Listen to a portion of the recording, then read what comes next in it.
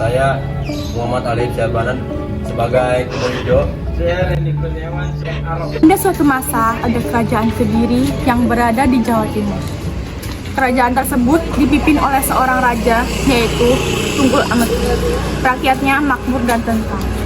Hingga pada suatu saat kerajaan tersebut diserang oleh kerajaan lain. Astaga, kita akan diserang oleh kerajaan lain, apalagi kita kekurangan panglima tempur. Bagaimana ini? Maaf Bundoro, bagaimana jika kita mencari panglima perang lagi di desa-desa? Ide bagus, Bu Ijo. Akan kuperintahkan kau untuk mencarinya. Baik Bundoro. Ijo pun bergegas mencari panglima perang baru. Hingga pada suatu saat dia bertemu dengan Ken Arok. Hei kau, siapa namamu? Ken Arok, apa yang kau cari di sini? Aku Keboijo, aku ingin kau ikut perang membela kerajaan. Baiklah, biar rencana aku berkait kepada istriku. Baiklah, setelah kau mendapatkan izin, segeralah ke istana. Kami sangat membutuhkan pasukan yang banyak. Baiklah. Arok pun segera pulang ke rumah. Sesampainya di rumah, Bu, Ibu, Suamiku sudah pulang.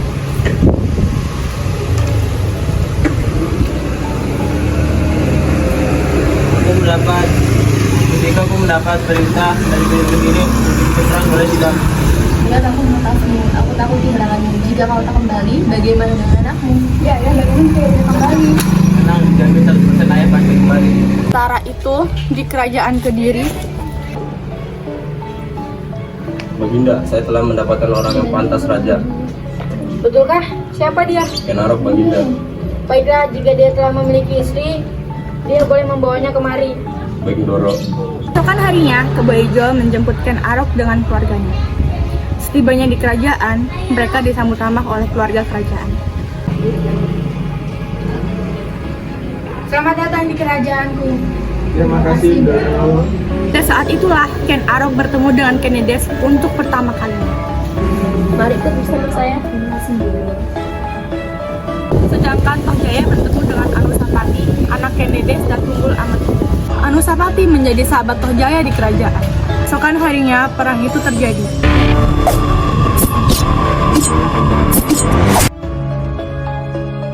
Kerajaan Kediri pun memenangkan peperangan tersebut. Ken Arok diangkat menjadi panglima perang baru oleh Tunggul Amet. Suamiku, sekarang kau telah menjadi panglima. Ayah, aku bangga dengan ayah. Selamat ya, Tuan. Terima kasih, Bundoro. Pada suatu malam yang hening, Ken Arok melihat Kenides sendirian. Tuan Putri sedang melamun sendirian saja. Aku tidak bisa tidur, Ken Arok. Pasti sedang memikirkan aku ya. Tidak, bisa jadi sekali kau. Tiba-tiba Tohjaya dan Anusapati datang. Ayah sedang apa? Iya, ibu juga sedang apa di sini? Anakku, ibu tidak sengaja bertemu dengan Ken Arok. Kalau begitu tidak tidur. Aku tidak bisa tidur, Kak Jaya. Tohjaya pun mulai mencurigai ayahnya. Ia langsung bergegas menghampiri ibunya. Ibu, ayah, ibu. Ada apa dengan ayahmu? Main mata ibu, main mata dengan Kenides. Apa? Sedangkan di sisi lain, Anusapati memberitahu ayahnya. Ayah, ibu ayah. Ada apa dengan ibu? Ibu berdoa dengan Ken Arok ayah. Mungkin ibumu punya kepentingan. Keesokan harinya, Ken Umang bertanya dengan Ken Arok. Suamiku, benarkah kau kemarin bertemu dengan Kenides? Ya tuh, ayah. Kau sudah tidak percaya denganku lagi sampai-sampai kau bertanya seperti itu. Iya, aku percaya, tapi gak usah marah-marah. Mulai saat itulah Ken Arok mulai mencintai Kenides. Suatu malam, Ken Arok bertemu dengan Tunggul Ametung. Tunggul Ametung pun menanyakan pertemuannya dengan Kenides. Ken Arok, apakah kau mencintai istriku? Aku tidak Baginda, kalau istrimu denganku, bagaimana denganmu? Tidak bisa, akan kuhancurkan dirimu. Sedangkan di sisi lain, Tohjaya dan Anusapati.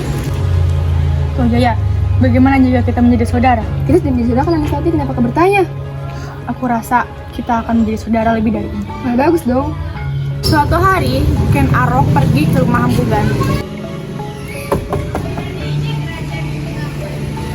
Apa yang membuat kamu datang kemari? Aku butuh kris, gandeng. Oh, tapi itu waktu dari tunangan ya. Baiklah, Tapi yang gratisan, bulan berapa? aku akan berikan 1 ekor kambing dan 1 ekor kambing belang perawan. Oke. Setelah 7 hari berlalu, Ken Arok sudah tidak sabar lagi untuk mengambil keris untuk membunuh Tunggul Ametung. Nah, nanti katakan kepada ibumu ayah sedang mencari obat sakit perut. Baiklah, ayah. Ken Arok pun meminta izin kepada Tunggul Ametung. Doro, izinkan saya pergi sebentar untuk mencari obat sakit perut. Baiklah, tapi segeralah kembali. Ken Arok pun segera pergi sebelum hari semakin gelap. Ken Arok, maaf, bisa menjadi. Tidak, aku tidak sabar lagi. Ken Arok, kamu akan merugi karena virus itu akan membuat musibah keluargamu di sana. Ken Arok pun tidak menghiraukannya dan langsung pergi. Malamnya, Ken Arok meluruskan rencananya untuk membunuh Tunggul Ametung saat Tunggul Ametung tertidur lelap. Keesokan harinya, Ken Dedes berteriak melihat suaminya berlumuran darah. Ada apa ibu? Ada apa Doro? Saya. Ya tinggalkan saya ya. Jaya pun langsung bergegas ke kamar ibunya. Ibu, Doro Tunggul Ametung dibunuh ibu. Apa? Oh Jaya, kamu bercanda? Iya kan? Ibu aku tidak berbohong ibu. Ken Umang pun langsung bergegas ke kamar raja. Ken Dedes. Ya Ken Umang. Sedangkan di sisi lain, Ken Arok menyiap seorang pelayan untuk menjadi saksi. Hei, kau akan kubayar dengan 1 emas dengan syarat kau memfitnah Kemboijo sebagai pembunuhnya. Baik Doro, tapi kalau saya ditangkap di KPK bagaimana Doro? Sekarang udah bukan zaman gayu campuran lagi. Kebo Ijo pun dibawa oleh Ken Arok dengan pelayan tersebut. Benarkah kau membunuh suamiku? Ibu Doro, saya tidak pernah melakukannya. Betulkah itu? Betul Doro, saya melakukannya sangat sendiri. Akhirnya Kebo Ijo pun dibunuh karena Ken Dedes mempercayai pelayan tersebut. Ibu, kasihan ya Kebo Ijo. Betul, nak. Kamu yang sabar ya. Dan ibu, tapi Anusapati masih terpukul ibu. Semua akan baik-baik saja, nih. Baik. Malamnya, Ken Dedes sedang menangis di tepi sungai yang hening. Suamiku, kenapa kamu meninggalkanku seperti ini? Jadi yang sabar ya. Tadi sengaja, Ken Umang, Tohjaya, dan Anusapati berjalan dan melihat Ken Arok memeluk Ken Dedes. Oh tidak suamiku, ternyata benar kata-kata Kau Jaya tentang dirimu. Dia ayah jahat, ayah telah menyakiti perasaan ibu. Mama, ini tidak seperti yang kau pikirkan. Ibu, aku tidak menyangka ibu. Kuburan ayah belum kering ibu. Kau Jaya selalu menyakiti. Akhirnya, Ken Arok dan Ken Dedes pun menikah. Pinang kau dengan bismillah. Alhamdulillah. Saya nikahkan Ken Arok dengan Ken Dedes dengan mahar 1 kg minyak dan 1 kg beras. Saya terima nikahnya Ken Dedes dengan mahar tersebut. Ibu, maaf ibu, saya telah menyakiti dari ibu. Semua telah terkubur bahagia.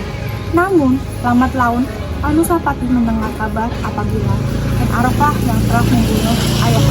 Oh benar, Ken Arok yang membunuh ayah. Tapi atas dasar apa? Anusapati mencari informasi tentang hal tersebut. Dan ternyata, Ken Aroklah yang telah membunuh ayahnya. Tohjaya yang tidak mengetahui apapun masih bersikap manis dengan Anusapati. Anusapati, ada apa dengan dirimu? Kau tidak bisa gelisah? Tidak apa-apa. Ada apa dengan Anusapati? Dia jangan begitu. Anusapati pun meluruskan rencana jahat. Ia ingin membunuh Ken Arok menggunakan keris yang digunakan Ken Arok untuk membunuh Tunggul Ametung. Besokan harinya, Ken Dedes terkejut melihat Ken Arok berlumuran darah. Tolong! Ada apa? Suamiku? Apa yang terjadi dengannya Ken Dedes? Ayo, ini tidak boleh pergi. Tohjaya yang sabar ya saudaraku. Tohjaya tidak pernah menyangka jika Anusapati yang telah membunuh ayahnya. Sampai pada saat ada seorang pelayan yang memberitahu tentang kematian ayahnya. Tuhan, saya membuka sesuatu Tuhan. Apa itu sesuatu? Kalau dari Anusapati yang punya Tuhan. Oh, udah bisa. Nggak bisa mesti. Tidak sama sekali Tuhan. Tohjaya pun langsung marah dan menghampiri Anusapati dengan membawa keris ayahnya. Anusapati, Ada apa saudaraku? kurang ajar kamu. Kamu membunuh ayahku.